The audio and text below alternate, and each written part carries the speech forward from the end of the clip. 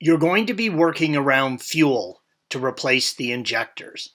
Always make sure to wear gloves and eye protection, work in a well-ventilated area, have a fire extinguisher handy, and know how to use it.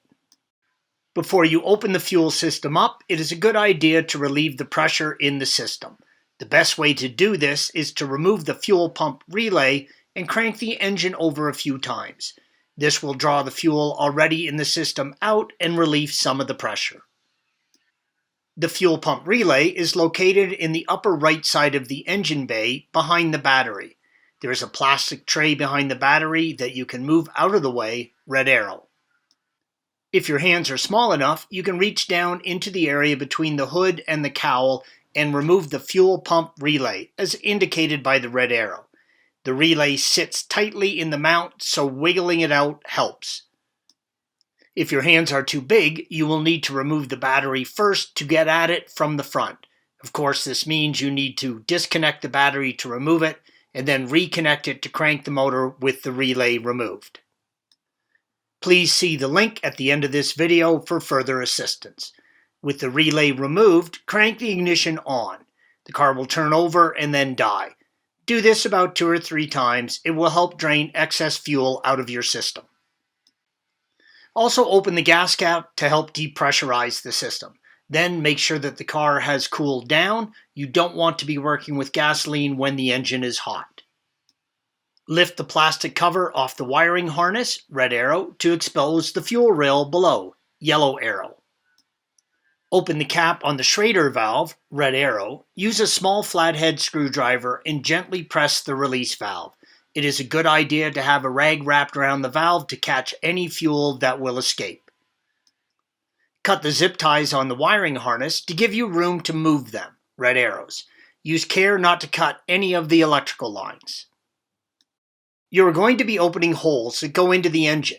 Before you begin, get a can of compressed air and blow all the dust and debris away from the injector ports, as indicated by the red arrows. Use a 10mm socket or wrench and remove the single bolt, red arrow, holding the tray in place.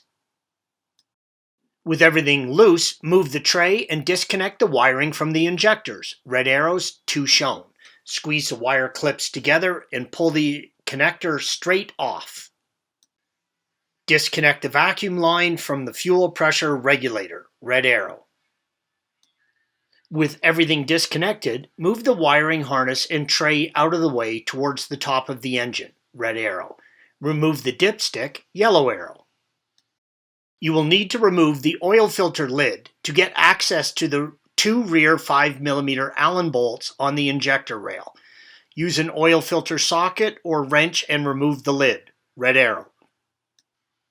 Please see our article on oil and filter changing if you need additional help or would like to change the filter while you're doing this job.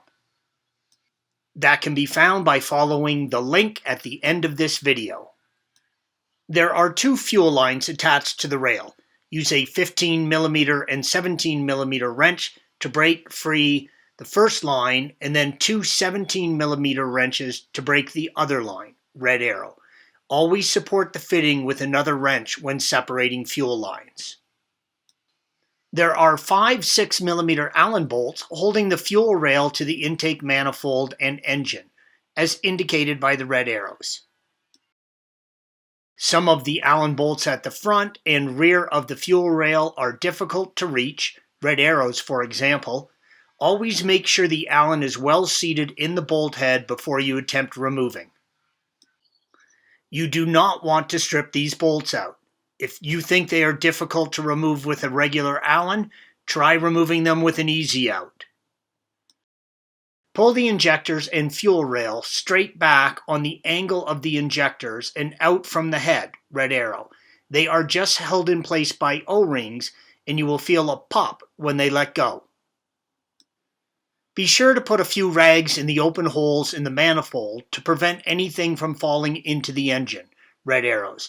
If you drop something into these holes, you must get it out before going any further.